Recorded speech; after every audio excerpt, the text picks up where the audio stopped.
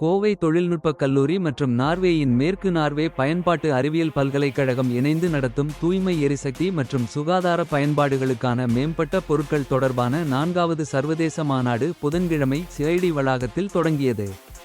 June 3 முதல் 5 வரை 3 நாட்கள் நடைபெறும் இந்த மாநாட்டில் இந்தியா, நார்வே, இலங்கை, தென்கொரியா, இங்கிலாந்து, அமெரிக்கா உள்ளிட்ட பல்வேறு நாடுகளைச் சேர்ந்த 300க்கும் மேற்பட்ட பிரதிநிதிகள் பங்கேற்று பொருட்கள், அறிவியல், சுத்தமான எரிசக்தி தொழில்நுட்பங்கள் மற்றும் சுகாதார பயன்பாடுகள் தொடர்பான முன்னேற்றங்கள் குறித்து விவாதிக்கின்றனர்.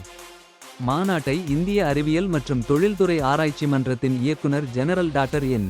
கலைசெல்வி குத்துவிளக்கேற்றி தொடங்கி வைத்து மாநாட்டு ஆய்வுக் கட்டுரைகள் தொகுப்பை வெளியிட்டு தொடக்க உரையாற்றினார். We are all very happy to be a part of the 4th edition of the International Conference on Advanced Materials for Clean Energy and Healthcare Applications. தமிழ்ல பேசுவா? ஓகே. கோயம்புத்தூரில் இருக்கின்ற சிஐடி வளாகத்திலே பன்னாட்டு அறிஞர்கள் கலந்துரையாடுகின்ற ஒரு மிக முக்கியமான அறிவியல் நிகழ்வு. இந்த நிகழ்வினுடைய முக்கிய குறிக்கோள் என்னவென்றால், எப்படி நாம் நம்முடைய அட்வான்ஸ்ட் மெட்டீரியல்ஸ் என்று சொல்லப்படுகின்ற தனிமங்களையும் மெட்டீரியல்ஸையும் நம்முடைய அறிவியல் தொழில்நுட்பங்களின் மூலமாக எனர்ஜி அப்ளிகேஷன்ஸ் என்று சொல்லப்படுகின்ற ஆற்றல் சார் உபகரணங்களுக்காகவும், ஹெல்த் கேர் என்று சொல்லப்படுகின்ற நம்முடைய சுகாதாரம் மற்றும் உடல் மேம்பாட்டுத் துறைக்காகவும் நாம் எப்படி பயன்படுத்த முடியும் என்பதற்கான ஒரு மிகப்பெரிய பன்னாட்டு கருத்தரங்கு இந்த வளாகத்திலே நடைபெற்றுக் கொண்டிருக்கிறது. இந்த பன்னாட்டு நிகழ்விலே India, Sri Lanka, south Korea, Norway போன்ற 4 நாடுகளிலிருந்து 50க்கும் மேற்பட்ட அறிஞர்கள் கலந்து கொண்டுள்ளனர். 500க்கும் மேற்பட்ட ஆராய்ச்சியாளர்கள் இதிலே பங்கேற்பதாக எனக்கு சொல்லப்பட்டிருக்கிறது.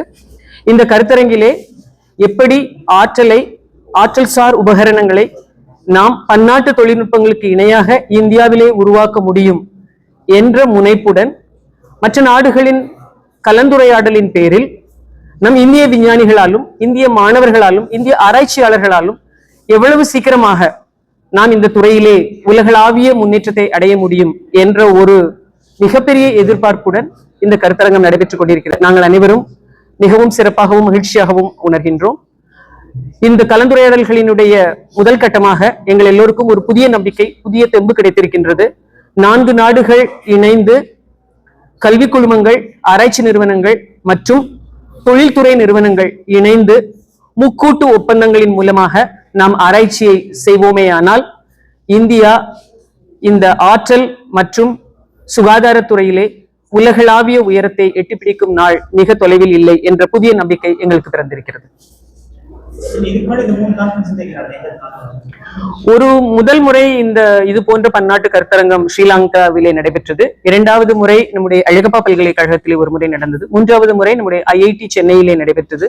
4வது முறையாக இந்தியாவிலே கோயம்புத்தூரிலே சிஐடி நிறுவனத்திலே இப்பொழுது நடைபெற்றுக் கொண்டிருக்கிறது.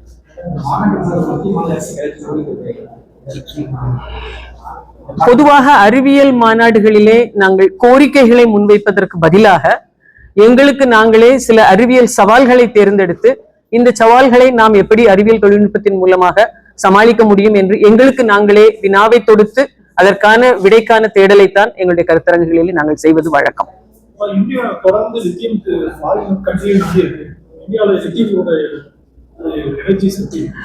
இந்தியா அயல் நாடுகளை சார்ந்துதான் லித்தியத்திற்காக இருக்க வேண்டும் என்பது கடந்த காலத்தினுடைய நிலைமை. தற்பொழுது இந்தியாவிலே ஜியோலாஜிக்கல் சொசைட்டி ஆஃப் இந்தியா மற்றும் எங்களுடைய சிஎஸ்ஏஆரில் இருக்கின்ற என்ஜிஆர்ஐ ஹைதராபாத் என்று சொல்லப்படுகின்ற ஒரு ஆய்வகமும் இணைந்து இந்தியாவின் பல்வேறு மாநிலங்களிலே லித்தியத்திற்கான தேடலை துவங்கிய பொழுது எங்களுக்கு மிகவும் சந்தோஷமான ஒரு செய்தி கிடைத்தது. இந்தியாவிலும் லித்தியம் மிகப்பெரிய அளவில் என்று சொல்ல முடியாது, ஓரளவு இந்தியாவிலும் லித்தியத்தினுடைய உபயோகத்திற்கு ஏற்ற அளவிற்கு கணிசமான லித்தியம் இருப்பதாக நாங்கள் உணர்கிறோம். ஆகவே இந்த லித்தியத்தை எப்படி பிரித்தெடுப்பது, லித்தியத்தை நாம் எப்படி சுத்திகரிப்பது, லித்தியத்தை எப்படி பயன்பாட்டிற்கு கொண்டு வருவது, பேட்டரிக்கு உகந்த லித்தியமாக அதை எப்படி உருமாற்றம் செய்வது என்பது போன்ற ஆய்வுகளை நாங்கள் தற்பொழுது முடுக்கி விட்டிருக்கிறோம். எனவே லித்தியத்திற்காக பிற நாடுகளை நாம் சார்ந்திருக்கின்ற நிலைமை தற்பொழுது கொஞ்சம் கொஞ்சமாக மாறிக்கொண்டு வருகிறது. பொதுவாக அறிவியல் ஆய்வுகளிலே நீங்கள் நாளை நடந்துவிடும், நாளை மறுநாள் நடந்துவிடும் என்று உறுதியாக சொல்ல முடியாது. ஆனால் எங்களுடைய ஆய்வுகளில் எங்களுக்கு கிடைக்கின்ற நம்பிக்கைகளை பார்க்கின்ற பொழுது இன்னும் குறைந்தது 5 அல்லது 10 வருடங்களிலே நம் நாடு லித்தியம் செறிவுக்கு பெயர் பெற்ற நாடாக முதன்மையாக அறியப்படும். லித்தியம் சார்ந்த தொழில்நுட்பங்களுக்கு பெரிய நாடாக நிச்சயமாக 2047க்குள் இந்தியா முன்னேறிவிடும் என்பது ஆணித்தரமாக நாங்கள் நம்புகிறோம்.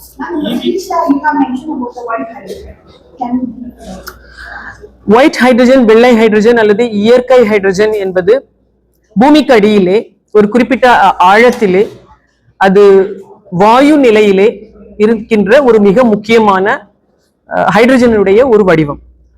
இது பரவலாக பல நாடுகளிலே கண்டறியப்பட்டு அதற்கான ஆய்வுகள் மிகப்பெரிய அளவிலே இன்னும் தொடங்கப்படவில்லை.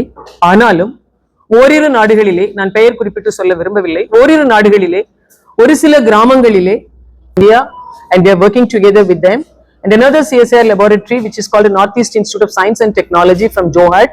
That institute is primarily working on the mapping and tapping of white hydrogen. So they are working at different depths by collaborating with GSI and NGRI.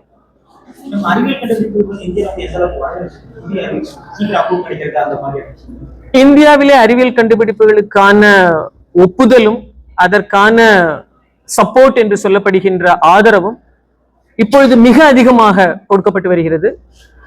நம்முடைய அரசாங்கம் இந்திய ஆய்வுகளை நாம் முன்னெடுத்து செல்வதற்காக self reliant India, indigenous products development என்ற குறிக்கோளுடன் ANRF என்று சொல்லப்படுகின்ற அனுசந்தான் நேஷனல் ரிசர்ச் ஃபவுண்டேஷன் மூலமாக 1 லட்சம் கோடி மதிப்பிலான RDI ஃபண்ட் என்று சொல்லப்படுகின்ற research development and innovation fund அதை ஒதுக்கி அதை மிகவும் முக்கியமாக இண்டஸ்ட்ரீஸ் என்று சொல்லப்படுகின்ற தொழில்துறை நிறுவனங்களுக்கு வழங்குவதன் மூலமாக தொழில்துறை நிறுவனங்கள் நம்முடைய ஆராய்ச்சி நிறுவனங்களுடனும் மற்றும் உயர்கல்வி நிறுவனங்களுடனும் இணைந்து பணியாற்றி அதன் மூலமாக நாங்கள் அந்த பயன்பாட்டை பெற்றுக் கொண்டிருக்கின்றோம். ஆகவே முன் எப்பொழுதையும் விட தற்பொழுது அறிவியலுக்கான தேடலும் அறிவியலுக்கான ஆதரவும் இந்தியாவிலே மிக அதிகமாக காணப்படுகிறது.